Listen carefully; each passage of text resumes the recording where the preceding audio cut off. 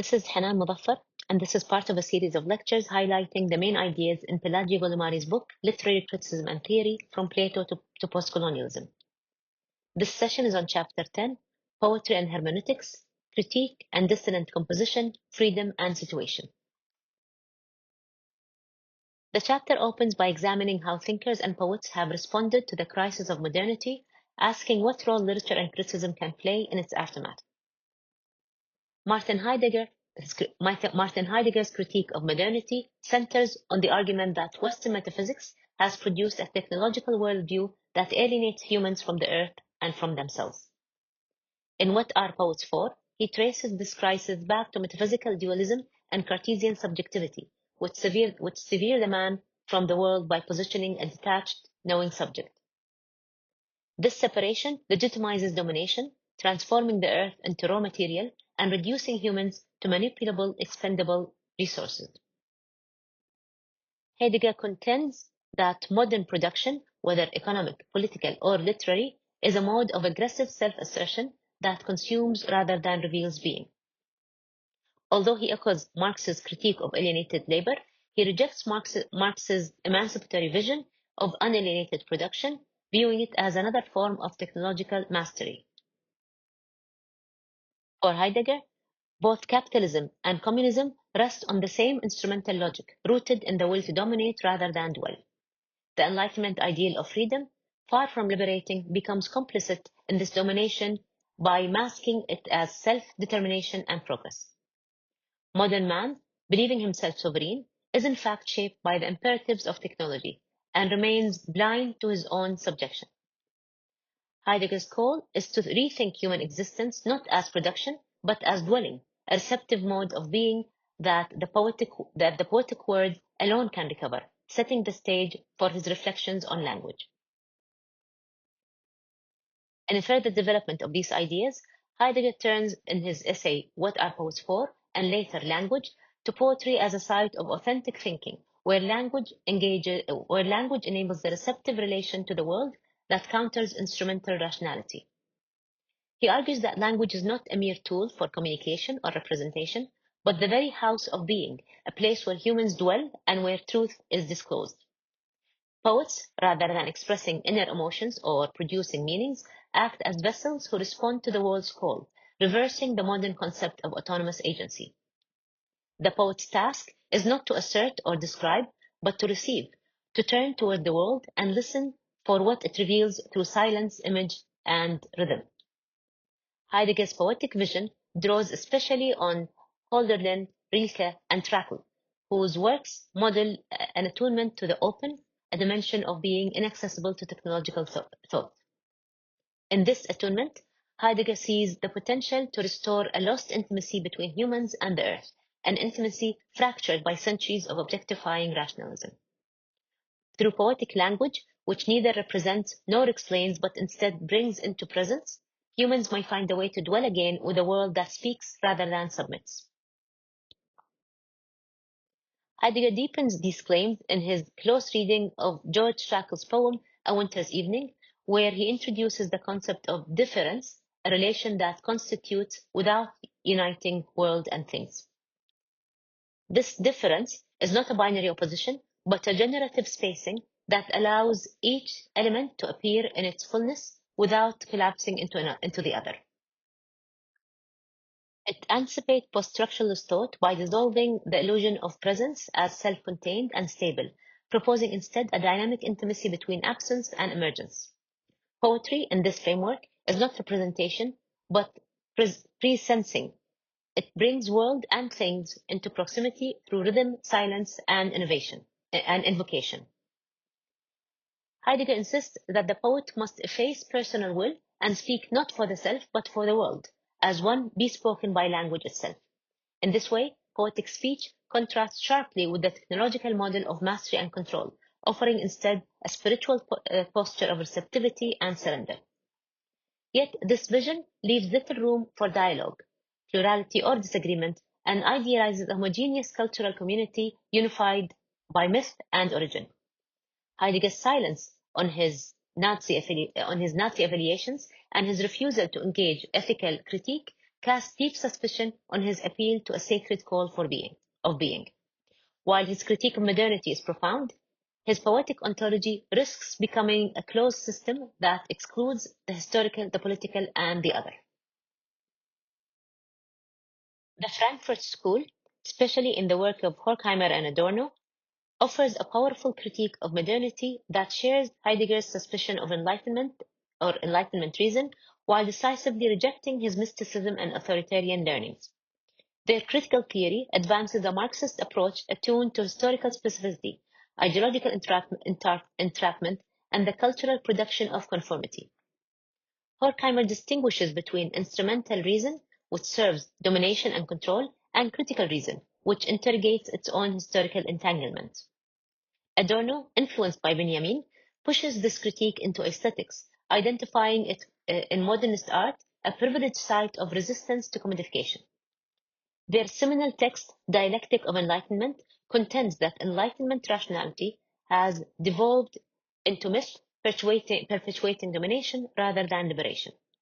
They describe a cultural landscape where reason, instead of illuminating, standardizes, regulates, and erases difference, producing conformity masked as choice. The global culture industry, in their view, spreads sameness under the illusion of novelty, disciplining consciousness and eliminating spaces for thought. Critical theory, by contrast, embraces a hermeneutics of suspicion, open to contradiction, aware of its own limits, and dedicated to negative critique. Interpretation, for Adorno and Horkheimer, must resist closure and instead eliminate the fractures and absences that ideological systems try to conceal. Adorno's aesthetic theory values formal contradiction, fragmentation, and dissonance as modes of resistance against the reifying logic of modern capitalist culture. He privileges the fragment over the whole, ambiguity over resolution, and estrangement over familiarity, all as part of a negative dialectic that unsettles totalizing narratives. Authentic art, in Adorno's view, opposes society not by direct critique, but through formal difficulty, through what it withholds, disrupts, and refuses to harmonize. He critiques Heidegger's celebration of immediacy and essential presence as covertly authoritarian and blind to mediation and historical suffering. Instead of a reverent listening to being, Adorno insists on the responsibility of thought to interrogate what appears given and natural. His writing style performs this very ethos, deliberately obscure, montaged, and defamiliarizing in order to embody the non-reconciled character of thought.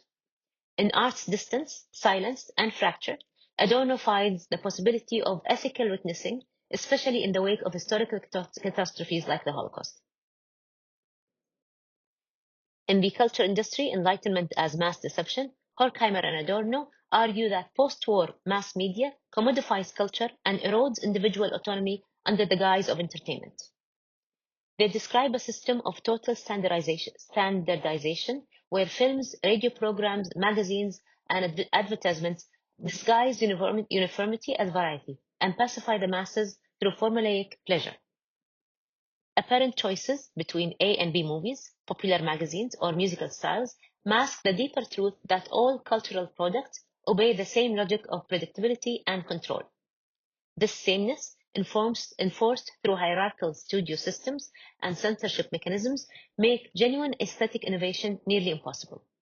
Even tragedy, they claim, is deformed in a spectacle of submission, teaching audiences to accept suffering as inevitable and resistance as futile. The cultural sphere becomes a prolongation of work, mechanized and emptied of imagination, reinforcing obedience rather than stimulating reflection.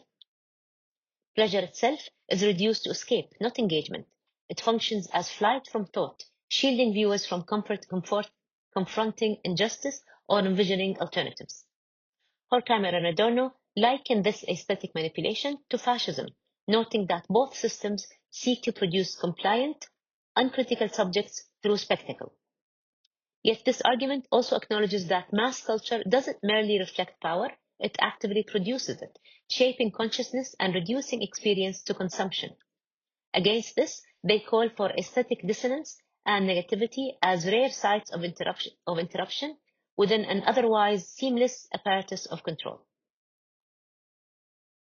Despite its profound insights, the Frankfurt School's critique is often accused of defeatism, painting the cultural industry as an all-encompassing system that leaves little room for resistance.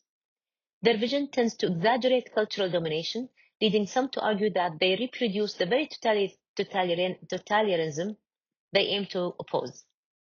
Peter Berger, for instance, criticizes Adorno for ignoring the avant-garde's challenge to the institutional boundaries of art and its attempt to merge art with life praxis. According to Berger, Adorno overvalues autonomy and misses the dialectical task of the avant-garde, which was to abolish the isolation of art from politics, labor, and daily life. Others argue that Adorno's focus on high modernism sidelines popular culture's subversive possibilities and perpetuates an elitist aesthetic hierarchy. Yet defenders note that Adorno's theory, especially in his reading of Paul Celan, insists on art's ethical potential to witness suffering and resist assimilation. His aesthetic of dissonance maintains that form itself can register contradiction, trauma, and historical rupture when all other avenues of critique seem exhausted. The Frankfurt School legacy thus remains vital in its insistence that critical theory must pass through art and aesthetics, not to escape politics, but to confront its deepest wounds. Continuing the concern with politics and responsibility, Jean-Paul Sartre places human freedom at the heart of existentialism, asserting that existence precedes essence. Each person must define themselves through their actions, without resource to external authorities, divine plans, or fixed identities. For Sartre, even refusing to choose is a choice, an act of bad faith that denies one's own responsibility and projects blame onto circumstances. His philosophy emerges in the aftermath of World War II as a moral response to fascism, genocide, and the complicit silence of ordinary citizens. Figures like Adolf Eichmann, who defended their crimes by claiming to have obeyed orders, exemplify the abdication of moral responsibility Sartre seeks to counter. Existentialism therefore demands that individuals take ownership of their freedom, however anguishing or destabilizing that may be. Sartre's moral rigor compels readers to confront the terrifying truth that meaning is not given but created under conditions they do not choose. This framework becomes the foundation for his later reflections on literature, politics, and the ethical demands of writing in a broken world. In What is Literature?, Sartre reimagines literature as an active ethical engagement with the world, grounded in the freedom of both writer and reader. The world, he argues, is a meaningless collection of objects until synthesized through human perception and language. Writers participate in this synthesis by shaping the raw materials of experience into intelligible relations and structures. Readers, in turn, complete the work by actualizing it through their freedom to interpret, question, and internalize its meaning. This reciprocal process makes literature inherently democratic. It does not impose a message, but invites collaboration between equal parts. Sartre insists that the writer should never seek to overwhelm or seduce the reader, but should appeal to their shared responsibility and capacity for freedom. Bad literature flatters or manipulates. Good literature challenges, provokes, and calls readers to awareness. This view leads Sartre to champion prose over poetry, which he regards at this stage as too closed, self-referential, or obscure for collective action. Yet even in his prose-centered theory, Sartre insists that literature is not an ornament, but an intervention into the moral and political conditions of its time. Writing, for Sartre, becomes an act of faith in human freedom, a wager that words can change how readers see themselves, others, and the world they inhabit. Sartre later revised his position on poetry, particularly in response to political and emotional forces of Black anti-colonial writing. In Black Orpheus, he praises the poets of négritude for articulating suffering and identity through allusion, rhythm, and silence rather than direct dialectism. He recognizes that emotional testimony, once dismissed as passive or manipulative, can instead provoke solidarity and political awakening in readers. Sartre now argues that literature must allow space for the unsayable and the affective, especially in contexts shaped by trauma, oppression, and historical violence. This revision broadens his conception of commitment, allowing that bearing witness and evoking ambiguity are as vital as clarity and critique. The committed reader, he writes, must not only interpret, but be transformed ethically and imaginatively through a sympathetic encounter with the text. Sartre's evolving literary ethics thus begins to merge with the poetics of testimony and political resistance, anticipating his later engagement with decolonization and the global struggle for liberation. In The Second Sex, Simone de Beauvoir applies existentialist ethics to expose how patriarchy constructs woman as other and denies her subjectivity. Her declaration that one is not born but rather becomes a woman reframes gender not as biological destiny but as a social process of subjugation. Patriarchal ideology imposes rigid binaries, subject-object, transcendence-immanence, reason-emotion, always assigning men to the active, valued terms and women to the passive, devalued ones. These roles are upheld and circulated by literature, religion, philosophy, and everyday cultural practices, which mythologize woman as either submissive ideal or dangerous excess. Against this backdrop, Beauvoir insists on the ambiguity of existence. All humans are both freedom and situation, and women must reject essentialist myths to assert their agency. She critiques T.H. Lawrence's writing, for instance, for disguising male dominance as cosmic harmony and female submission as natural truth. In contrast, Beauvoir calls for mutual recognition between men and women, not through complementarity, but through shared freedom and responsibility. Her feminist ethics challenges not only patriarchal norms, but also Sartre's abstract universalism, which overlooks the material and historical differences shaping gendered experience. By grounding her analysis in lived reality, she affirms that feminist liberation requires more than philosophy. It demands transformation of the conditions that produce inequality.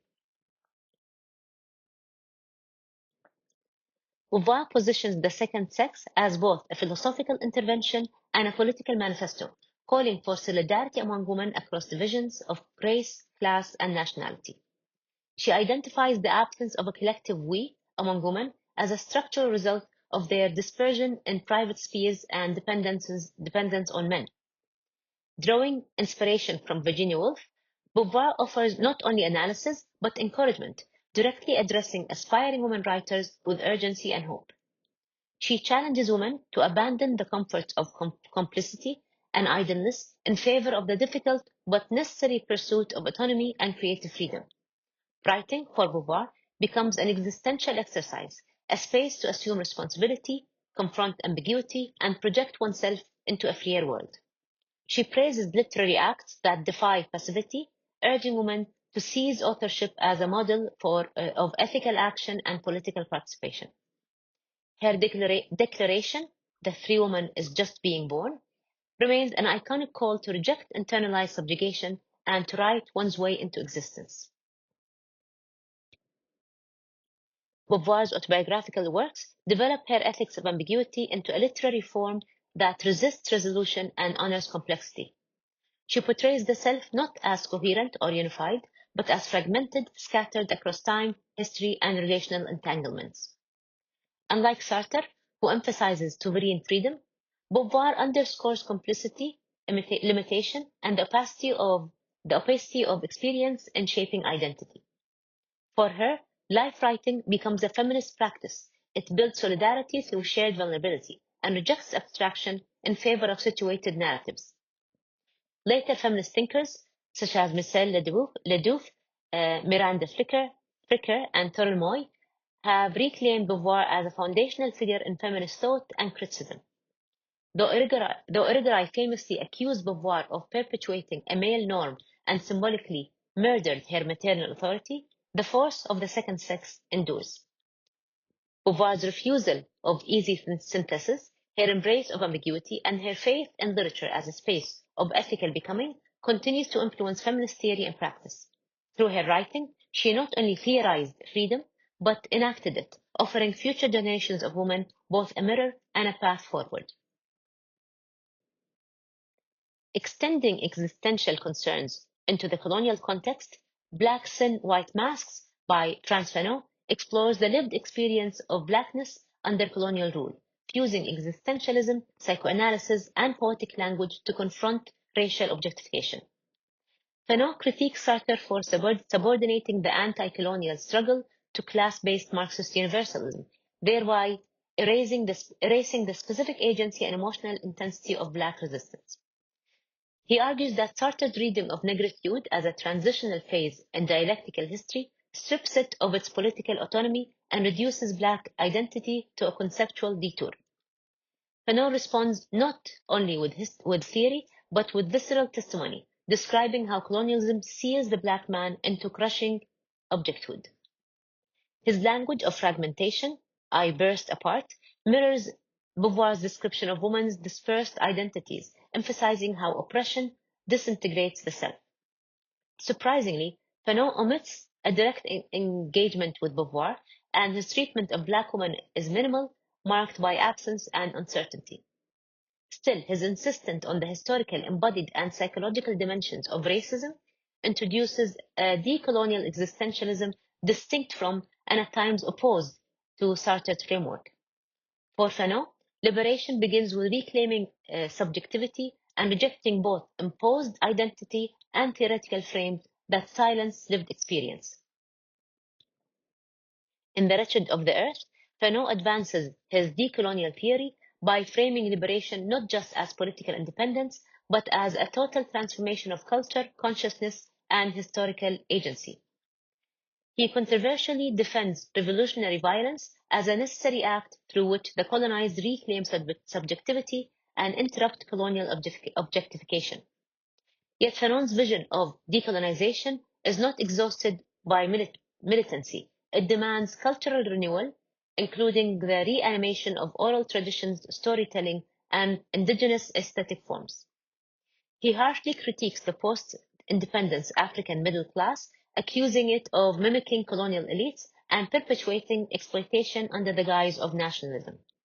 In his view, this new bourgeoisie lacks the humanist content of early European revolutionaries and serves narrow interests rather than collective emancipation. By contrast, Fanon imagines a national culture that is both revolutionary and popular, rooted in the creativity and collective memory of the people. This culture should not retreat into folkloric purity, but should innovate formally and politically, resisting both colonial mimicry and elitist detachment. Sartre, in his preface to The Wretched of the Earth, acknowledges Fanon's influence and urges European readers to support decolonial movements on Fanon's terms. Ultimately, Fanon envisions a future in which cultural production catalyzes a new humanism, transnational, egalitarian, and grounded in lived struggle rather than abstract ideals. To conclude, Heidegger reimagines poetry as a sacred response to being, challenging modernity, but avoiding ethical self-interrogation. Horkheimer and Adorno, by contrast, locate critique in dissonant aesthetics that resist the totalizing forces of the culture industry. Sartre, Beauvoir, and Fanon redefine freedom through situated ethics, transforming literature into a site of resistance and collective awakening. Across these thinkers, literature emerges as a vital mode of critique, fragmented, embodied, and politically charged. Thank you for your attention.